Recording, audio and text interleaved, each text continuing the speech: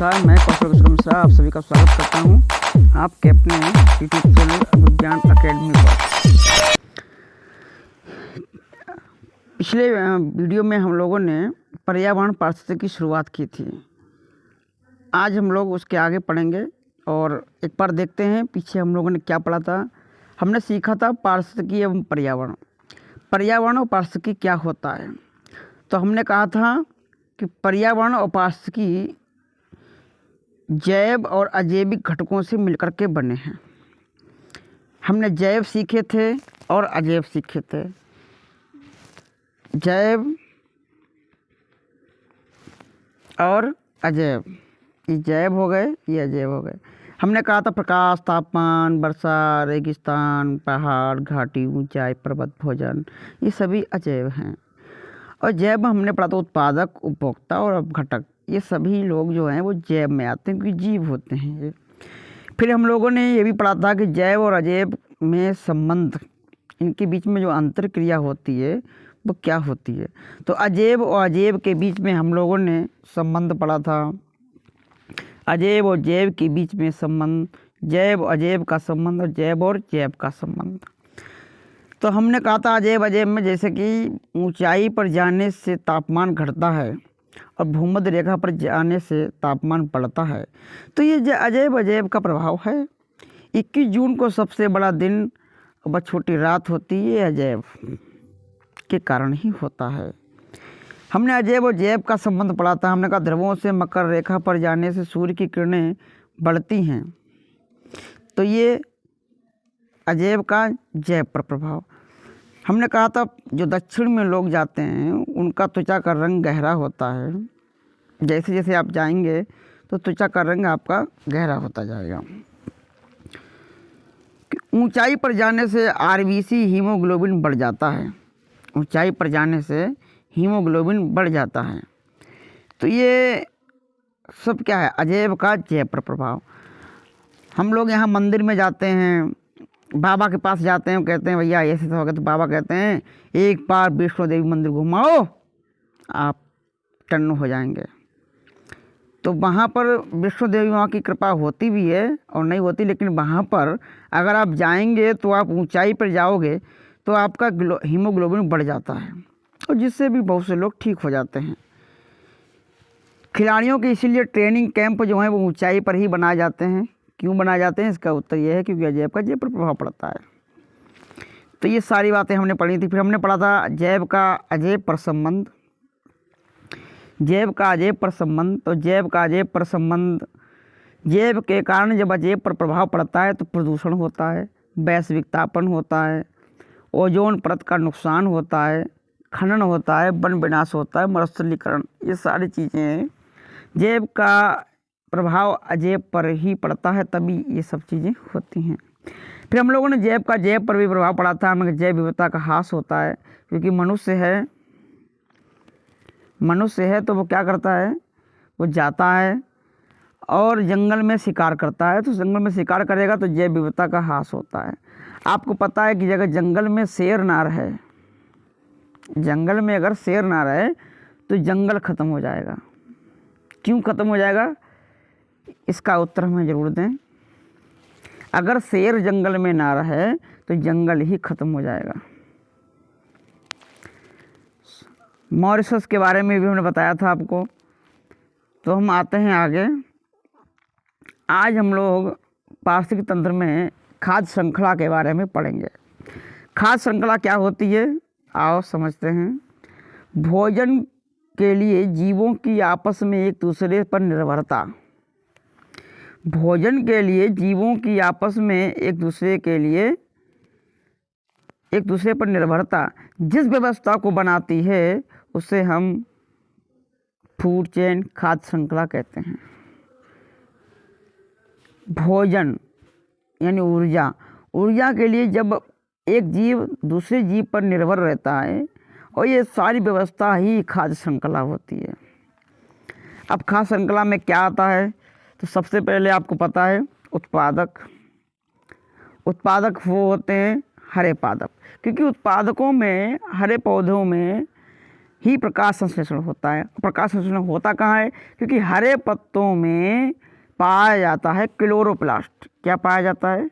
Chloroplast. और chloroplast में पाया जाता है क्लोरोफिल। क्या पाया जाता है? क्लोरोफिल। और क्लोरोफिल में ही क्या होता है? सूर्य से प्रकाश आता है, सूर्य से प्रकाश आता है और वायुमंडल से CO2 लेता है और नीचे से जल लेता है। ये सारी प्रक्रियाएं होती है तो ग्लूकोज का निर्माण होता है, यानी ऊर्जा का निर्माण होता है। अगर ये आप प्रकाश संश्लेषण विधि अच्छी से सीखना चाहते हैं तो पीछे हमारे बायोलॉजी वाले आप चैप्टर में चले जाइए, वहाँ पर प्रकाश संश्लेषण लिखा है, प्लेलिस्ट में जाकर के आप इसका फ़ायदा उठा सकते हैं। और बहुत अच्छी तरीके से समझाया गया है कि प्रकाश संश्लेषण कैसे होता है, क्या होता है। एक बार सीखोगे ज़िंदगी में आप नहीं भूलोगे, इस बात का वादा है आपसे। तो आइए आगे आते हैं। और क्लोरोफिल में ही मैग्नीशियम धातु पाई जाती है। क्या पाई जाती है? मैग्नीशियम धातु सबसे सर्वाधिक। शैवाल भी प्रकाश संश्लेषण करते हैं क्योंकि समुद्र स्थल में शैवाल ही इसका काम करते हैं। पारिस्थितिक तंत्र अलग अलग होते हैं, तो पारिस्थितिक तंत्र भी जान लेते हैं कि पारिस्थितिक तंत्र क्या होते हैं। जैसे तालाब का एक पारिस्थितिक तंत्र अलग होता है, तालाब का पारिस्थितिक तंत्र अलग है, नदी का अलग होता है और वृक्ष का अलग होता है। खेत एक पारिस्थितिक तंत्र है। एक्वेरियम एक पारिस्थितिक तंत्र ही है, हालांकि वो कृत्रिम है, और खेत भी कृत्रिम होता है। और तो ये सब पारिस्थितिक तंत्र हैं अलग अलग। तो आइए हम देखते हैं इसमें प्राथमिक उपभोक्ता। उत्पादक के बाद दूसरा नंबर आता है प्राथमिक उपभोक्ता का। तो प्राथमिक उपभोक्ता में शाकाहारी जीव आते हैं, हार्निवोरस। द्वितीय उपभोक्ता में कार्निवोरस मांसाहारी आते हैं। तृतीय उपभोक्ता में सर्वाहारी ओमनिवोरस आते हैं। सब सर्वाहारी कौन कौन होते हैं? मानव एक सर्वाहारी है, चूहा एक सर्वाहारी है, ओमनिवोरस है, तिलचट्टा एक ओमनिवोरस है। तो आइए हमने प्रयास किया है कि कैसे आपको समझाया जाए। उम्मीद करते हैं कि आपको समझ में आएगा। ये सूर्य है, सूर्य से प्रकाश आया, उत्पादक यहाँ पर भोजन का निर्माण हुआ, फिर इसको खाया प्राथमिक उपभोक्ता ने, इसको खाया द्वितीय उपभोक्ता ने और इसका खाया अंतिम उपभोक्ता ने। इसके बाद इनका होता अपघटन। अपघटक और अपघटन की प्रक्रिया होती है। इसमें आते हैं जीवाणु और कवक। जीवाणु और कवक कौन आते हैं? जीवाणु और कवक इसमें आते हैं। बैक्टीरिया और फंगस इसमें आ जाते हैं। तो ये पूरी चेन है। जैसे हम आपको समझा दें उदाहरण की तरफ, जैसे ये घास है। क्या है? घास है। घास को खाया टिड्डा ने, टिड्डे को खाया मेढक ने, मेढक को खाया सांप ने और सांप को खाया बाज ने। तो ये पूरी चेन हो गई, ये पूरी चेन है। तो अब यहाँ पर एक नया शब्द आया कि जैव अपमार्जक क्या होता है। जैव अपमार्जक क्या होता है? अपमार्जन और अपमार्जक क्या होता है? अपमार्जन एक प्रक्रिया है और जैव अपमार्जक जो करते हैं। तो जैव अपमार्जक वो होते हैं जो अपघटित हो जाते हैं। अब देखो यहाँ पर ये तलहटी में हमने क्यों रखे हैं? उत्पादक, प्राथमिक उपभोक्ता, द्वितीय उपभोक्ता, अंतिम उपभोक्ता, नीचे तलहटी में अपघटक। अब मान लीजिए सारी चीज़ें ऊपर होती हैं, पृथ्वी है, पृथ्वी के सारी चीज़ें ऊपर होती हैं। पेड़ को खाया प्राथमिक उपभोक्ता ने, फिर इसको द्वितीय उपभोक्ता ने, फिर अंतिम उपभोक्ता ने। अब इन सबका खाने के बाद इन सबका हो जाता है, ये मृत जीवी हो जाते हैं। क्या हो जाते हैं? अब सारे के सारे इनकी मृत्यु हो गई तो मृत जीवी हो गए। अब इनका अपघटन कौन करेगा? तो इनका अपघटन करते हैं कवक और जीवाणु। बैक्टीरिया इनका। अब आपको पता है 1 ग्राम मिट्टी में 1 अरब 25 करोड़ जीवाणु बैक्टीरिया बैठे हुए हैं। ये सब इनका अपघटन करते हैं।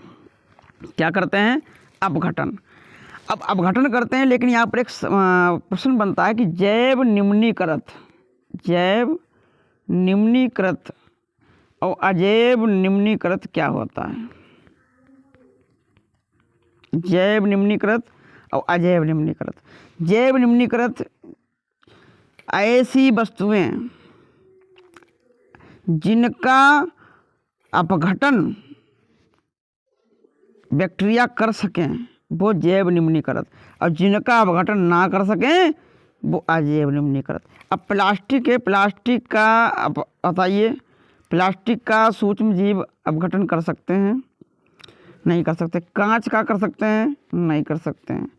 कचरा इनका हो सकता है, बाकी सभी चीज़ों को हो जाता है तो हो जाते हैं, तो वो सब जैव निम्नीकृत, और जिनका नहीं हो पाता अजैव निम्नीकृत। अजैव निम्नीकृत प्रदूषण के लिए बहुत ही जिम्मेदार होते हैं और ये पर्यावरण के लिए बहुत हानिकारक होते हैं। जैसे इसमें उदाहरण ले लें हम DDT। आगे बढ़ते हैं, ये उम्मीद करते हैं आपको समझ में आ गया। खाद्य जाल, तो खाद्य जाल क्या होता है? जब कई खाद्य श्रृंखलाएं बन जाएं उन्हें खाद्य जाल कहते हैं। ये ऊर्जा आई, इसको खरगोश ने खाया, इसको चूहा ने खाया, खरगोश को लोमड़ी ने खाया, चूहे को सांप ने खाया, सांप को नेवला खा गया, सांप को मोर खा गया, सांप को बाज, तो कई प्रकार की ये चीज़ें बनी, तो ये खाद्य जाल हो गया। अब इनमें क्या होता है? ऊर्जा प्रभाव होती है। क्या होती है? उत्पादक। इसमें कितनी ऊर्जा होगी बताओ? इसमें 100% ऊर्जा होगी। इसमें कितनी ऊर्जा होगी? 100% ऊर्जा इसमें होगी, 100%। इसका 10% प्रवाह 10% का होता है, उसका 10% इसमें, इसका 10% इसमें, तो ये 10% रहता है। जैसे जैसे इस हर पोषक स्तर पर 10% का प्रभाव पड़ता है। आइए हम समझते हैं आगे। अंतिम स्रोत इसका सूर्य है। ऊर्जा प्रवाह एकमात्र इस ब्रह्मांड में एकमात्र स्रोत है। कौन? अंतिम स्रोत सूर्य है। खाद्य श्रृंखला में ऊर्जा एक दिशी होता है, ये आप फैक्ट याद कर लें।